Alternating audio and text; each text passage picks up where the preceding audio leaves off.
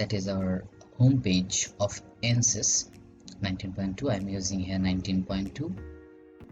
Here in the pop-up window you can see the toolbox. From the toolbar I would just drag the Fluent into the project schematic.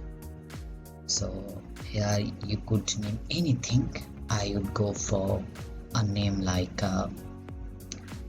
my sink, which is actually my heat sink 1.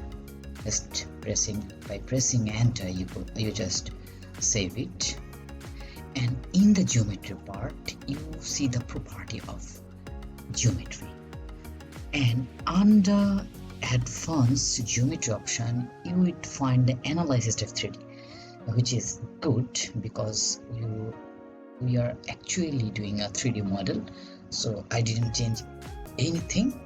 So in the geometry part, right click on geometry, you would find some option like space claim and design modular. In your space claim or design modular you could design anything, but I would suggest you not to use these things because this actually hard rather than using a SolidWorks or AutoCAD.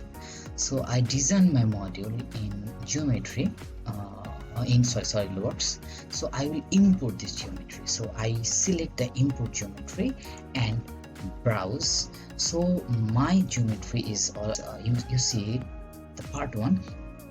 I just select the part 1 and imported it. You see the right tick mark on geometry side. It means I already imported my geometry. So